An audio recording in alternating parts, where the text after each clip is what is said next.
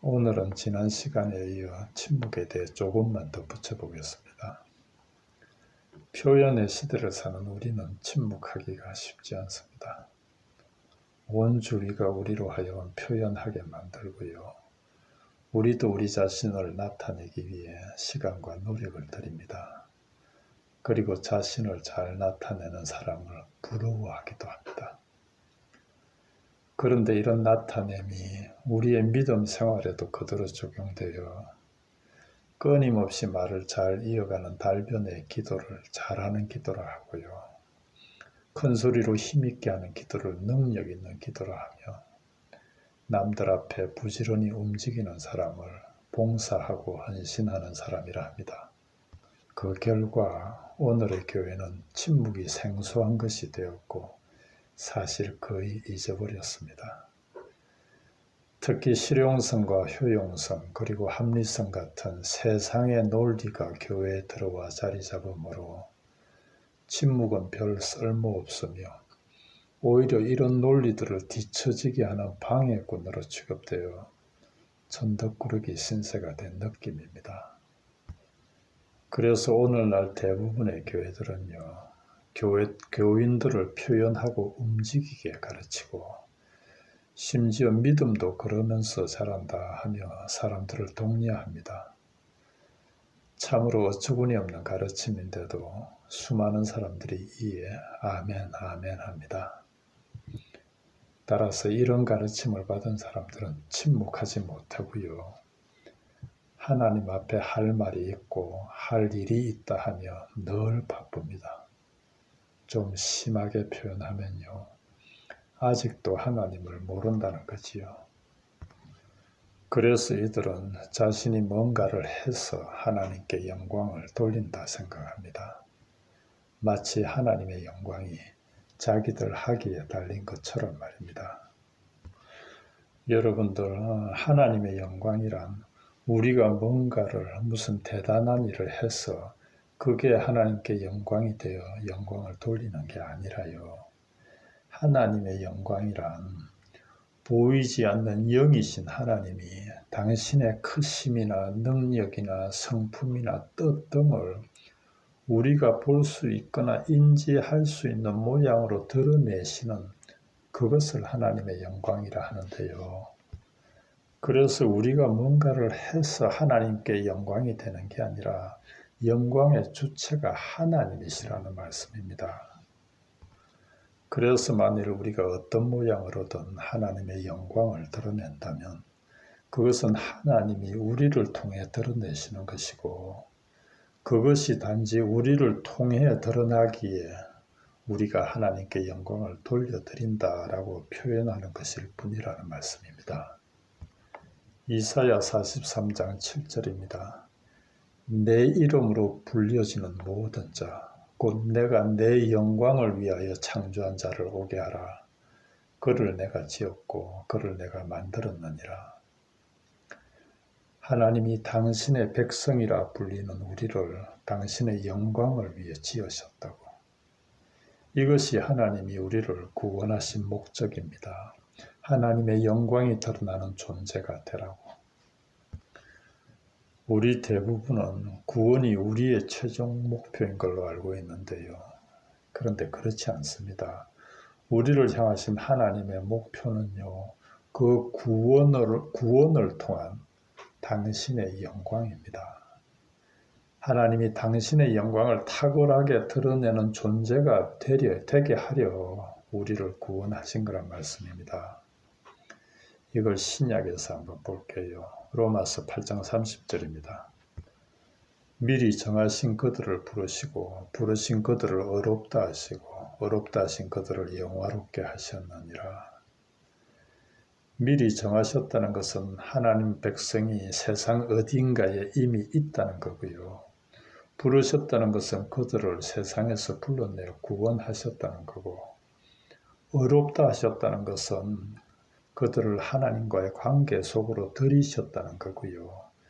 그리고 영화롭게 하셨다는 것은 그런 그들로 당신의 영광을 드러내는 존재로 삼으셨다는 거거든요.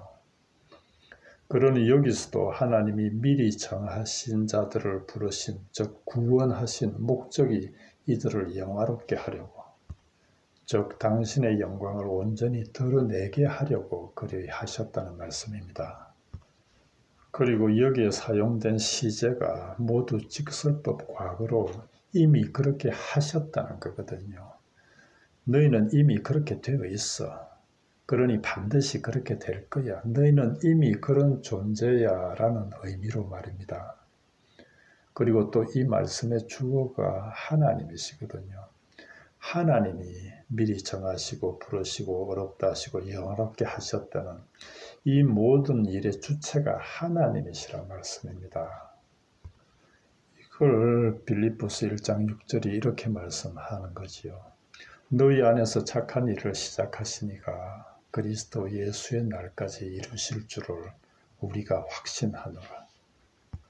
그러니 우리가 구원을 받았다면 당연히 하나님의 영광을 드러내게 되어 있다는 거지요. 이를 다르게 말하면 만일 그렇지 못하다면 좀 기다려 봐야 되겠지만 구원 못 받았을 수도 있다는 말씀이 되기도 하는 거고요. 여러분들 우리 모두는요. 우리 기독교를 좀 더 깊이 있고 철저하게 알아야 합니다. 만일 그렇지 않으면 정말 큰일 날 수 있습니다. 영생을 얻지 못할 수도 있다는 말씀입니다. 오늘날 많은 이들이 믿는다면서도 우리 기독교를 너무 피상적으로 알고 있습니다. 이는 몇 가지만 물어보면 금방 알 수 있거든요. 그러니 자인식이니 자기 부인이니 고난이니 침묵이니 하면 못 알아듣는 거예요. 심지어 왜 그런 게 필요하냐고 따지기까지 합니다. 성경이 전부 그 말씀을 하고 있는데 말입니다. 그렇다면 이제 본론입니다. 그렇다면요. 우리가 어떤 상태일 때 하나님이 가장 잘 드러날 수 있을까요? 사람들이 생각하는 것처럼 우리의 무엇으로 뭔가를 할 때, 무슨 대단한 일을 할 때일까요? 그렇지 않습니다. 우리 자를 비운 때입니다. 무슨 대단한 일을 할 때라도 자기를 비웠을 때라는 말씀입니다. 예수님이 누군가에게 무슨 일을 행하실 때 왜 꼭 네가 믿느냐라고 물으시는 줄 아세요? 그리고 당신이 뭔가를 하셨는데 왜 네 믿음이 그렇게 했다 하실까요? 그 이유는 너를 비우라는 말씀입니다. 믿음이란 자기 부인과 비움이 전제되어 있는 개념이거든요. 자기가 잘할 수 있는데 왜 누구를 믿겠어요? 누구를 믿는다는 것은 나는 못합니다. 나는 안 됩니다. 라는 자기 부인의 표시거든요. 그래서 물으시는 거예요. 너 나 믿어? 내가 그 일을 할 수 있다고 진짜 믿어? 너를 비우고 나만을 전적으로 의지해? 그러면 너의 그 비운 자리에 나의 능력이 들어가서 그 일을 할 거야. 이런 뜻이거든요. 이것이 사도 바울이 고린도후서 12장 20절에 내가 약한 그때의 강함이라는 의미의 말씀의 참 의미이기도 하고요. 내가 약할 때 그리스도의 능력이 드러나 강해지는 것. 여러분들 하나님이 우리를 통해 당신을 드러내시는 데 있어 우리의 무엇은 사실 방해가 될 뿐입니다. 그러니 사실 우리는 하나님 앞에서 무엇을 해도 무익한 종일 뿐이라는 말씀입니다. 그래서 이런 우리를 미리 아시고 주님이 이렇게 말씀하신 거지요. 누가복음 17장 10절입니다. 이와 같이 너희도 명령받은 것을 다 행한 후에 이르기를 우리는 무익한 종이라 우리가 하여야 할 일을 한 것뿐이니라 할지니라. 우리가 침묵 속에 있다고 하나님도 가만히 계시는 거 아닙니다. 오히려 그때가 하나님이 일하시는 때입니다. 그러니 하나님 앞에 침묵하는 것, 이것이 우리가 해야 할 가장 큰 일이라는 말씀입니다. 지난주에도 인용한 말씀인데요. 나의 영혼아 잠잠히 하나님만 바라라. 물은 나의 소망이 그로부터 나오는도다. 나의 영혼이 잠잠히 하나님만 바라며 나의 구원이 그에게서 오는도다. 하나님은 우리의 침묵 속에서 말씀하십니다. 아니, 말씀하시고자 우리를 침묵 속으로 이끄십니다. 침묵 속에서 그분을 바라며 우리의 구원이 어디서 오며 우리의 소망이 어디로부터 나오는지 깨닫게 하시려 말입니다. 믿고 소망하고 사랑하겠다고 애쓰기 전에 먼저 침묵을 배우시기 바랍니다. 믿음과 소망과 사랑이 자라고 견고해지는 곳이 바로 우리의 침묵 속에서이니까요. 지난 시간에도 말했듯이 하나님은 우리가 비기에 당신으로 채우시고 우리가 벗기에 당신으로 입히시며 우리가 낮기에 당신으로 높이시고 우리가 홀르기에 우리와 함께 하시는데, 이렇게 우리의 비고 벗고 낮고 홀로인 이 모든 것들이 우리가 해야 할 침묵이라는 말씀입니다. 이런 면에서 침묵은 참으로 이루기 쉽지 않은 고행이지만 그럼에도 우리는 침묵할 줄 알아야 합니다. 하나님은 우리의 말이 침묵할 때 가까이 오시고요. 우리의 생각이 침묵할 때 당신의 말씀을 들려주시고요. 우리의 욕망이 침묵할 때 우리 안에서 강하게 역사하십니다.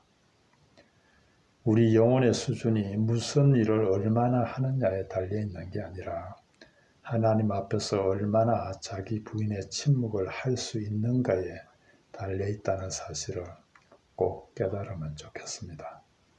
오늘은 여기까지 하겠습니다.